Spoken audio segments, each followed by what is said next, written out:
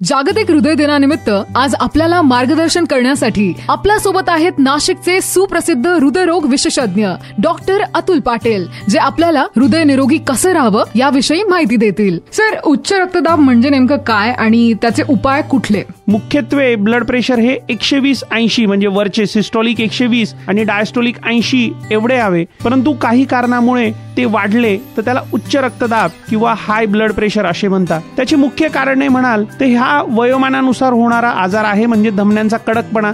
तर 40 किंवा 50 नंतर बऱ्याच व्यक्तींचे ब्लड प्रेशर वाढते. परंतु दुसरी कारणे जसे किडनीवर सूज येणे, किडनी फेल होणे, विशिष्ट थायरॉइडचा आजार किंवा एंडोक्राइन डिसऑर्डर्स याच्यामुळेही ब्लड प्रेशर वाढू शकते. त्याच्यामुळे एखाद्या वेळेस आपल्याला उच्च रक्तदाब असण्याची शंका असेल तर आपल्या जवळच्या डॉक्टरकडे जाऊन डॉक्टरांच्या मदतीने ब्लड प्रेशर चेक करून घेणे हे अतिशय महत्त्वाचे आहे. धन्यवाद डॉक्टर अतुल पाटील सर. जनहितार्थ प्रसारित.